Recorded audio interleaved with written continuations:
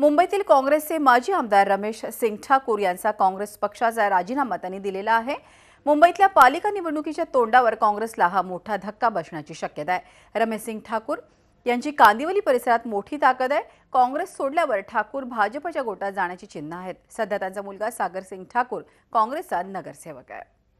अधिक माहिती घेऊयात आपले प्रतिनिधी कृष्णात पाटील आपल्याबरोबर आहे। कृष्णात, आपण बघतोय काँग्रेसला एक मोठा धक्का आहे। आमदार रमेश सिंग ठाकूर यांनी काँग्रेस पक्षाचा राजीनामा दिलाय।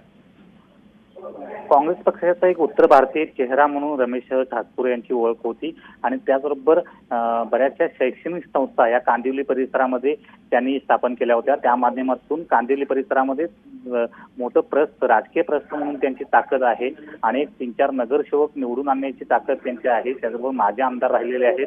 त्यामुळे एक काँग्रेसला मोठा धक्का मानला जातोय, कारण रमेश ठाकूर सारखा एक माजी आमदार आणि बडा नेता जर काँग्रेस पक्षामधून जात असेल तर निश्चितच विचार करण्यासारखी बाब आहे। परंतु त्यांनी राजीनामा देताना यावेळी मुंबई काँग्रेसचे अध्यक्ष जे आहेत संजय निरुपम यांच्यावर टीका केलेली आहे। हिटलरशाही आणि त्याचबरोबर विश्वासात न घेता त्या नेमणुका केल्या गेलेल्या आहेत, त्याच्यावर त्यांनी आक्षेप घेतलेला आहे आणि त्या कारणास्तव आपण राजीनामा देत असल्याचं त्यांनी सांगितलेलं आहे।